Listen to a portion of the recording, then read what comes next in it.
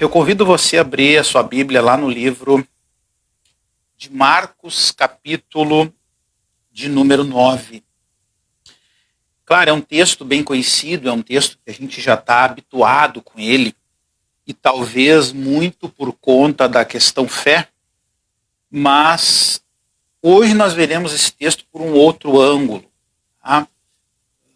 Obviamente, respeitando a questão fé, mas nós temos outra perspectiva para ver esse texto. Então, abra sua Bíblia em Marcos, capítulo 9, para a gente dar início ao nosso estudo, a nossa mensagem de hoje. Certo? É muito importante que a gente atente para o que diz a palavra de Deus.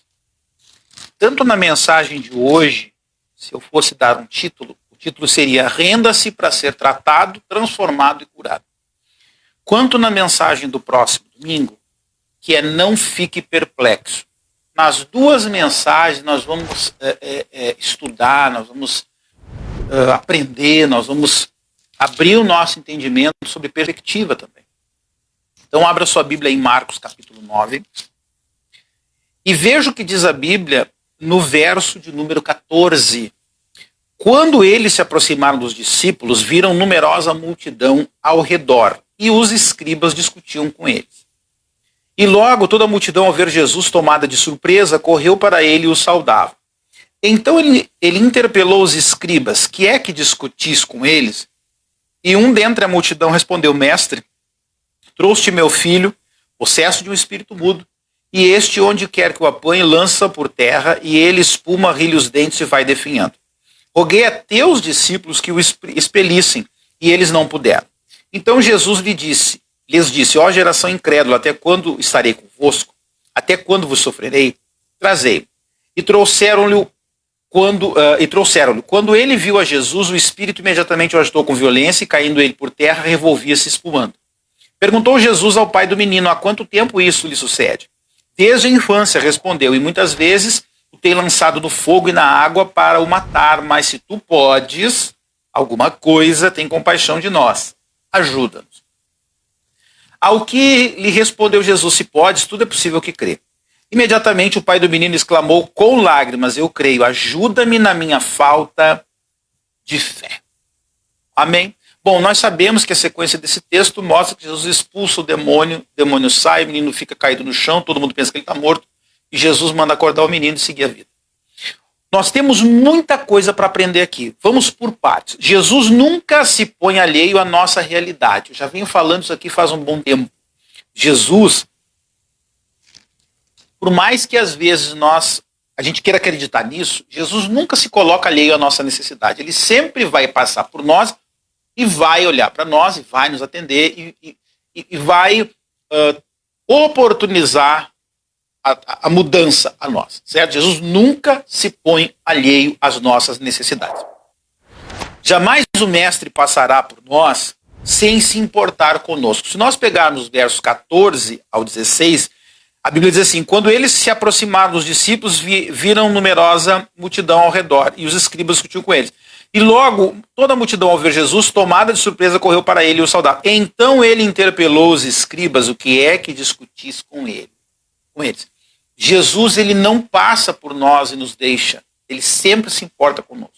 Então eu não sei qual é a tua realidade, eu não sei o que você está vivendo, eu não sei o que você está sentindo, mas uma coisa eu sei e eu posso te afirmar: Jesus não está alheio ao que você está sentindo.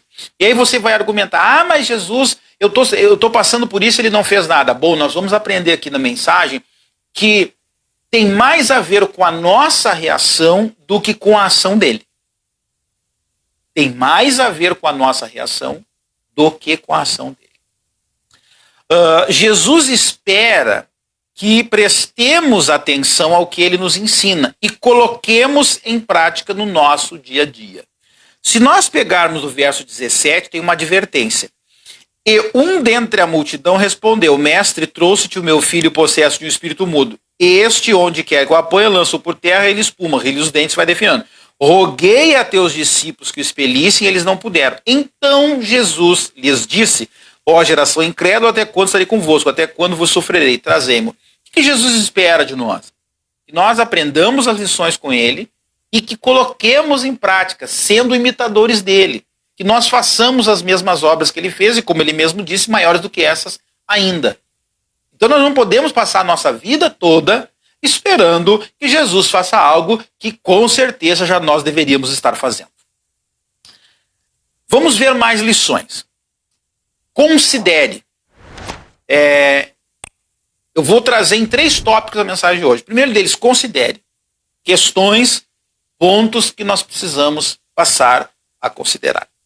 Seja qual for a situação, as circunstâncias, Jesus nos ensina a jamais nos deixarmos ser controlados por ela. Olha o que diz o verso 20. Trouxeram-lhe, Jesus pede para trazer.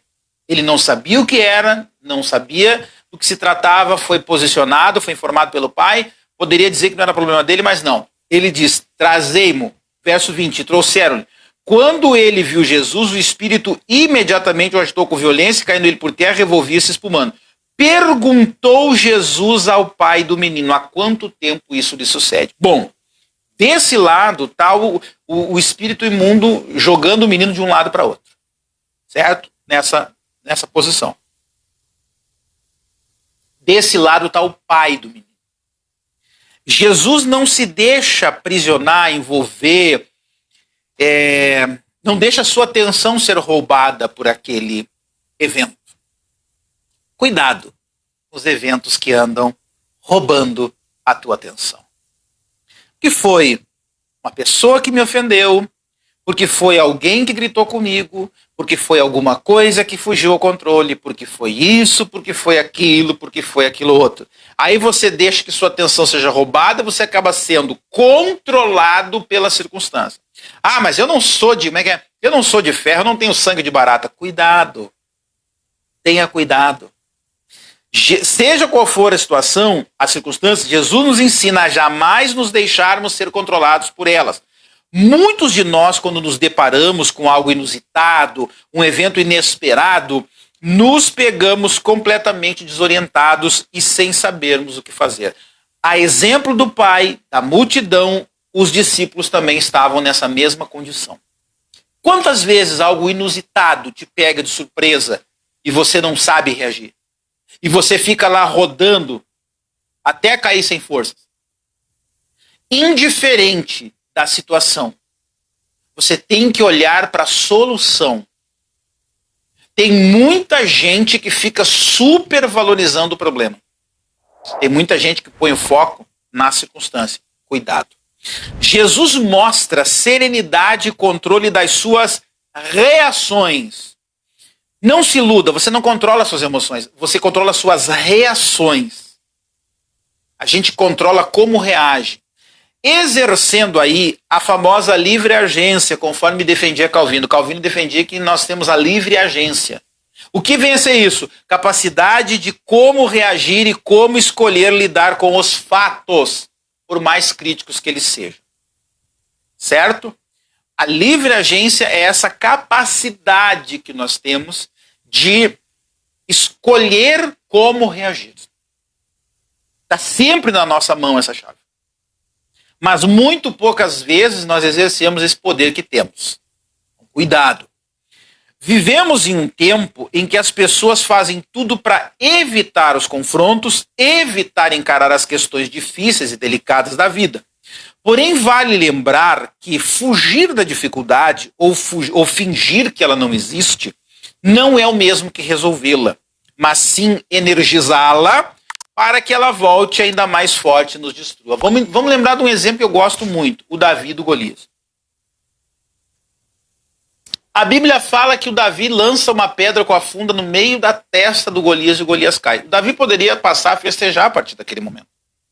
Mas o Davi escolhe o quê? O Davi escolhe subir no peito do gigante com a espada do gigante e cortar a cabeça do Golias. E eu tiro um ensinamento que eu trago comigo. Um problema, maneta, te persegue e te destrói. Um problema, maneta, te persegue e te destrói. problema sem cabeça não vem. Certo? Quando você liquida o problema, ele não te incomoda mais. Não podem ficar pontas soltas. Então isso tem que estar muito claro no seu dia a dia. Segundo ponto da nossa mensagem, reflita. Aqui é para você refletir. Pegar o que nós vamos ouvir agora e colocar em cima das suas atitudes cotidianas. Para você enxergar e perceber se você tem escolhido tem feito a melhor escolha. Outro fator importante. Onde está o seu foco? Jesus sabia que o mais importante era o menino e não o show que o demônio que nele agia estava dando. Olha o que diz o verso 21. Perguntou Jesus ao pai do menino: há quanto tempo isso lhe sucede? Desde a infância, respondeu, e muitas vezes o tem lançado no fogo e na água para o matar. Mas se tu podes alguma coisa, tem compaixão de nós e ajuda-nos. No final do verso 20, a Bíblia diz que quando o demônio viu Jesus, agitou o menino. Jesus poderia ter olhado para o demônio. Mas o foco era entender o que estava por trás daquele quadro.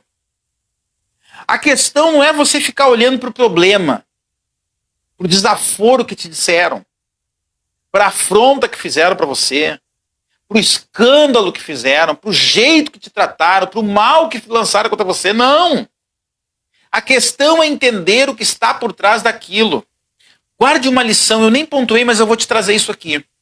As pessoas que são brutas contigo, que são grossas contigo, que são mal educadas contigo, põe uma coisa na sua cabeça. As pessoas só vão dar para você aquilo que elas têm para te dar.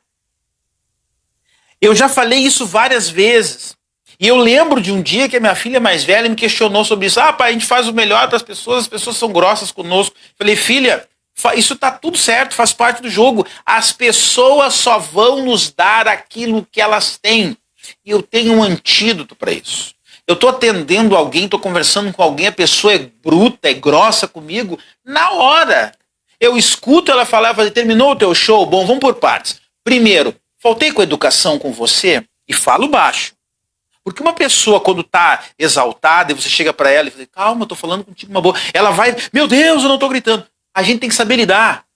A gente precisa saber lidar. Você tem que aprender a colocar o seu foco no lugar certo.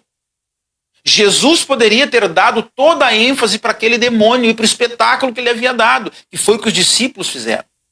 Foi o que aquele pai sempre fez. Mas praticamente ninguém, provavelmente ninguém, olhou para aquele menino como Jesus olhou. Talvez o grande problema com as pessoas com quem você convive, com as pessoas com quem você lida, não está no fato delas serem grossas.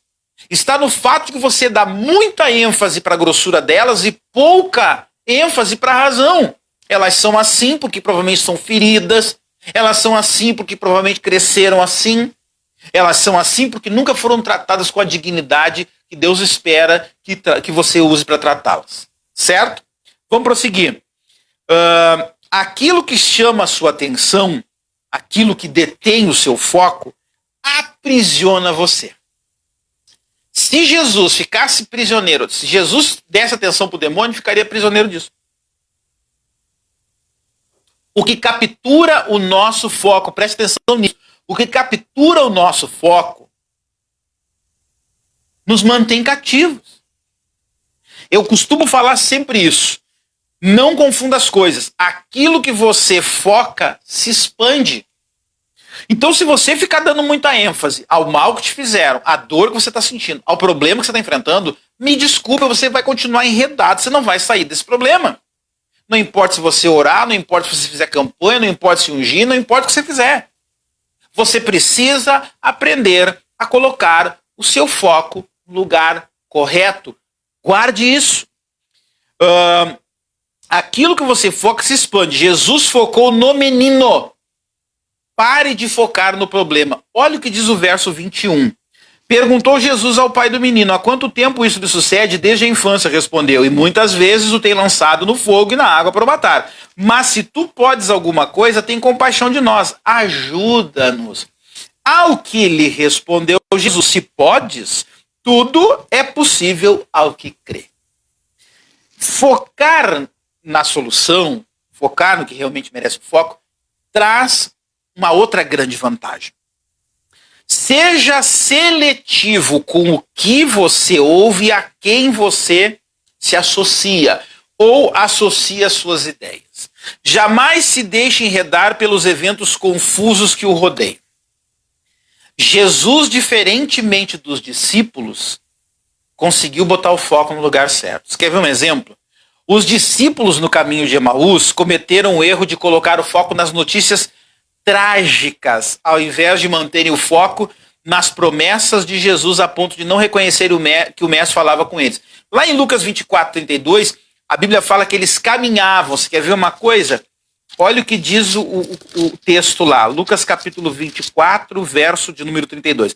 E disseram ao outro: porventura não nos ardia o coração quando ele pelo caminho nos falava, quando nos expunha as escrituras? Eles andaram com Jesus, mas não conseguiram perceber Jesus. Porque o foco deles estava no quê? Na confusão. Na confusão de que o mestre havia morrido, que ele era o Messias que nós acreditávamos que viria para salvar Israel e aquela coisa toda. Por que eu estou trazendo isso?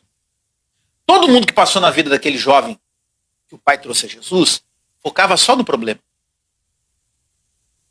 Focava só no espetáculo que o demônio dava. Escute isso, preste atenção.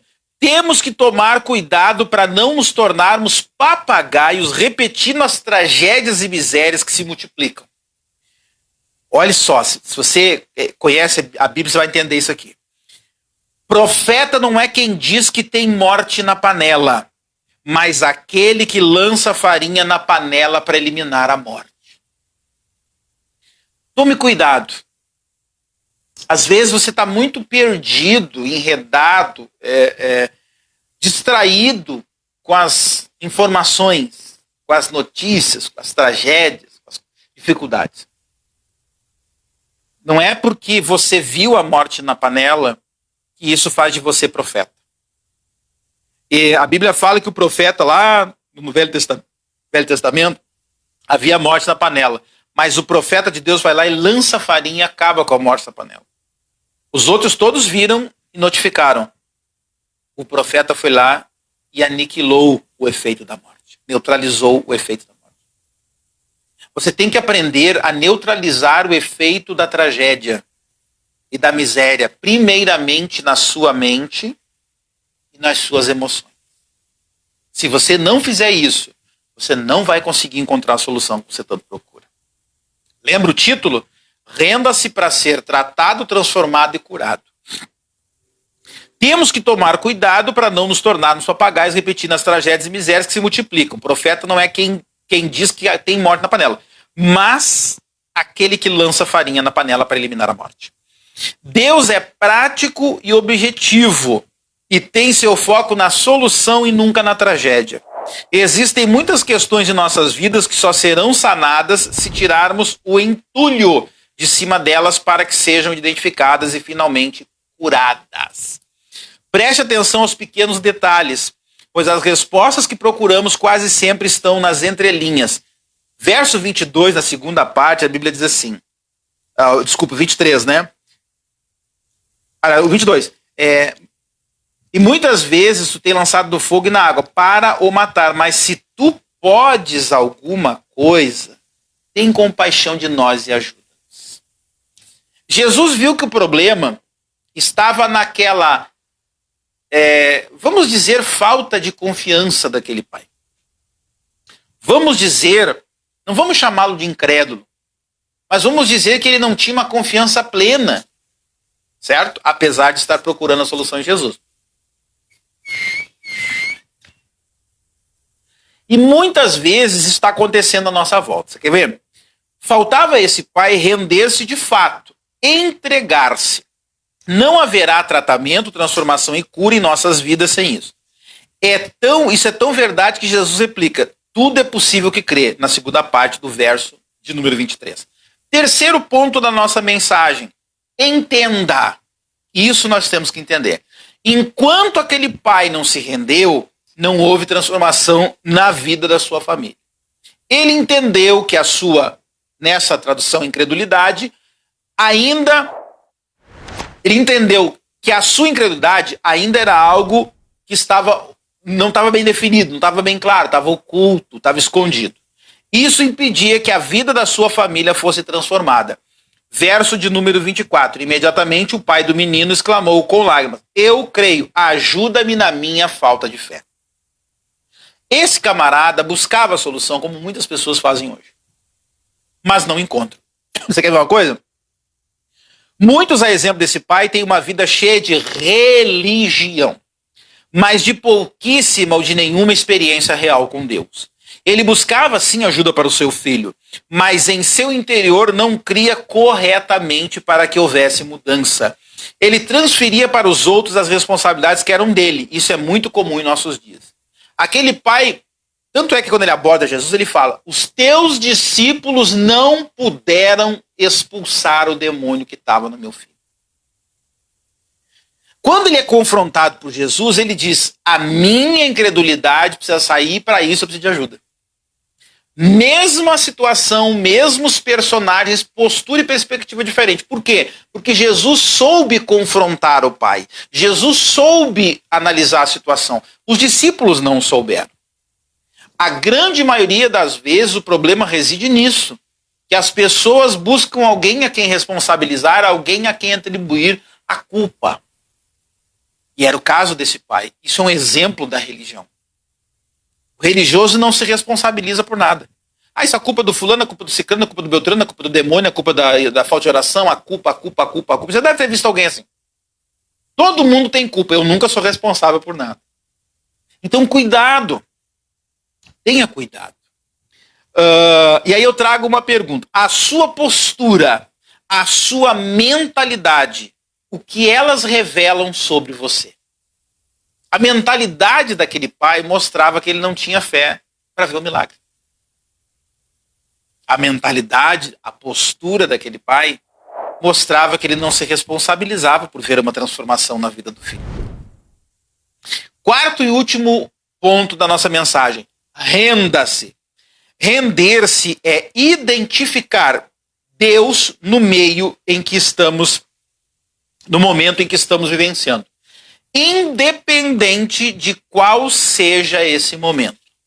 Olha o que a Bíblia nos diz lá em Provérbios, capítulo de número 3. Verso 5 eu vou trazer, mas a ênfase é o 6. Confia no Senhor de todo o teu coração e não te apoies, não te estribes no teu próprio entendimento. É aqui que eu quero chegar com você. Verso 6, reconhece-o em todos os teus caminhos e ele endireitará as tuas veredas.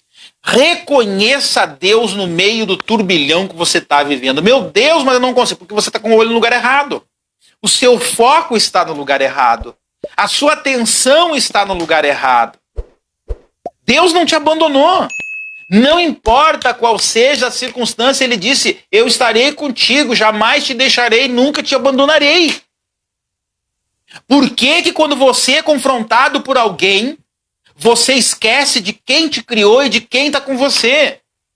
Me desculpe, a pessoa pode me ofender, ela pode falar o que ela quiser, eu sei a minha identidade. E sabe por que eu sou tão tranquilo contra a minha identidade? Porque Deus está comigo. Eu reconheço Deus, inclusive naquele momento de desafio. Eu entendo que quando uma pessoa me desafia, põe em xeque a minha identidade, como a identidade de Jesus foi posta em xeque. É só você lembrar, eu e você não somos mais bonitos que Jesus, como diz as minhas filhas, nós não somos especiais, nós não somos o alecrim dourado, certo? A última bolacha do pacote, a última Coca-Cola do deserto, não somos. Jesus em Mateus, se você lê a sua Bíblia, Mateus 4, você vai ver que ele foi confrontado pelo diabo. O diabo diz a ele: se tu és o filho de Deus. Jesus podia ter dito para ele: a partir de agora eu te amarro a tua boca, tu vai ficar com a boca fechada, não vai falar mais. Mas Jesus não precisava. Jesus não tinha necessidade de dar respostas para aquele camarada. Porque Jesus tinha certeza da sua identidade, porque o Pai estava sempre com ele. Ele diz: o Pai não me tem deixado só porque eu faço aquilo que lhe agrada. Eu e o Pai somos um. Identifique, reconheça Jesus mesmo no meio do teu maior turbilhão. Eu sei que é difícil, mas põe o foco no lugar certo. Verso 6, reconhece-o em todos os teus caminhos e ele endireitará as tuas veredas. É isso que está nos faltando hoje. Talvez um pouco mais de cultura bíblica para a gente poder experimentar, para a gente poder ter experiências de fato com Deus. No próximo domingo, a mensagem de domingo que vem vai estar linkada com essa. E tem as experiências que nós vivemos, elas têm um efeito muito grande na nossa vida. E elas vão construir uma bagagem ao longo da caminhada. E nós temos que atentar para isso. Busque enxergar, perceber Deus em sua vida, em meio às circunstâncias que você está vivendo. Lembre-se que elas não são maiores do que Deus. Isso é você se render. Eu sei que talvez eu não possa, e muito provavelmente eu não possa, mas o Deus que eu creio, esse pode. E até porque o meu Senhor disse que tudo é possível ao que crê. Então cuidado para você não se deixar levar.